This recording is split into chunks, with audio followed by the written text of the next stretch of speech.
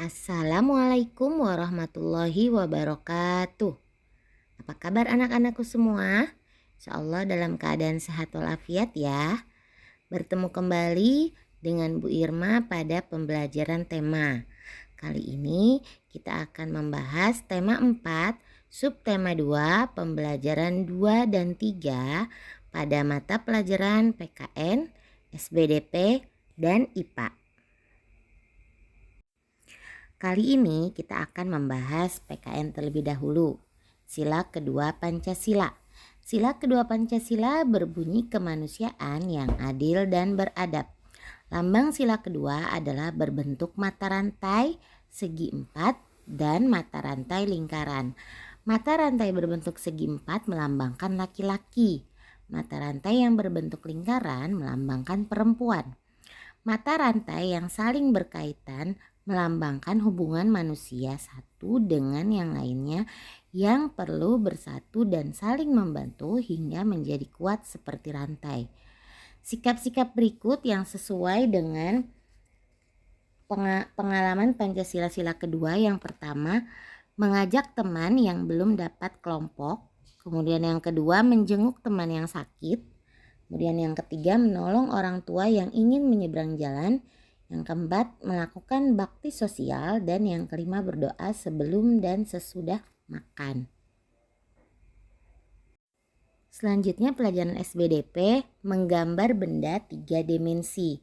Dalam menggambar benda dapat dilakukan dengan menggunakan garis-garis pertolongan berupa garis lurus dan elips.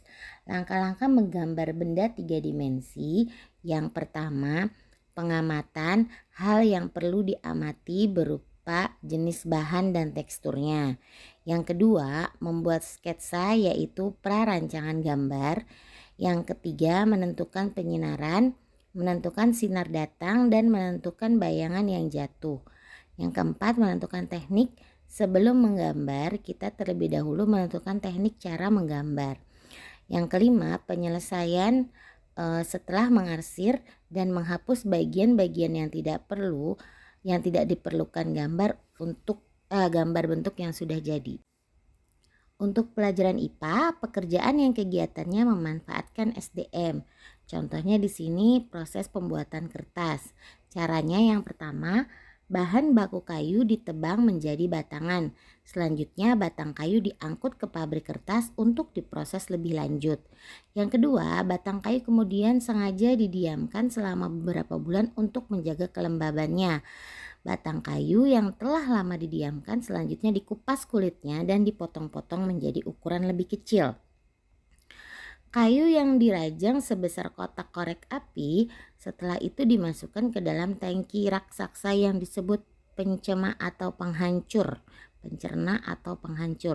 Di dalam alat pencerna, kayu diberikan tekanan dan panas. Beberapa jam kemudian kayu berubah menjadi bahan yang lunak seperti kapas dan disebut bubur kertas atau pulp. Setelah keluar dari alat pencerna, bubur kertas selanjutnya dicampur air. Bubur dengan kadar air 90% ini kemudian diproses di mesin yang disebut kotak kepala. Mesin selanjutnya membentang bubur kertas yang berair di atas sebuah ayakan bergerak yang disebut kawat. Sewaktu digilingan menekan bubur kertas ke kawat, sekitar 98% airnya terperas keluar. Serangkaian gilingan lain kemudian mengeluarkan hampir seluruh sisa air dari kertas yang mengering. Sampai hanya tinggal sedikit sekali molekul air yang ada. Kertas yang baru saja terbentuk diproses melalui silinder tambahan yang dipanaskan dari dalam. Silinder ini akan mengeluarkan lagi air dari kertas yang berjalan. Serat selulosa telah menjadi jalinan yang saling terkait. Gelondongan besar yang disebut penggulung mengumpulkan kertas menjadi gulungan raksasa. Gulungan ini kemudian dipotong menjadi gulungan-gulungan kecil atau lembaran dan dikirim dari luar ke pabrik. Nah, itu tadi merupakan proses pembuatan kertas. Nah, di sini ada gambaran ya, Nak. Proses pembuatan kertas dari mulai pohon yang ditebang, kemudian masuk ke dalam pabrik, diproses seperti yang tadi sudah Ibu jelaskan, kemudian menjadi sebuah kertas dan dimanfaatkan oleh kita yang biasa menulis di atas kertas. Demikianlah materi PPKN, SBDP, dan IPA untuk tema 4. Selanjutnya untuk tugas ada 3 ya nak. PKN menjawab soal di buku paket halaman 92 dan 93. Jawabannya langsung di buku paket ya. Nanti teksnya kamu boleh lihat di halaman 91 dan 92. Yang kedua, SBDP menggambar benda 3 dimensi seperti halaman 95. Kamu boleh gambar di buku gambar atau di kertas HPS. Nah, yang ketiga, menjawab pertanyaan. Untuk IPA menjawab pertanyaan di buku paket halaman 98. Jawabannya kamu tulis di lembar tugas ya nak. Jawaban pelajaran PKN SBDP kamu foto, dibuat kolase, dikirim ke wali kelas masing-masing. Terima kasih. Untuk tema hari ini Bu rasa cukup, kurang lebihnya mohon maaf. Wabillahi taufiq wal hidayah. Wassalamualaikum warahmatullahi wabarakatuh.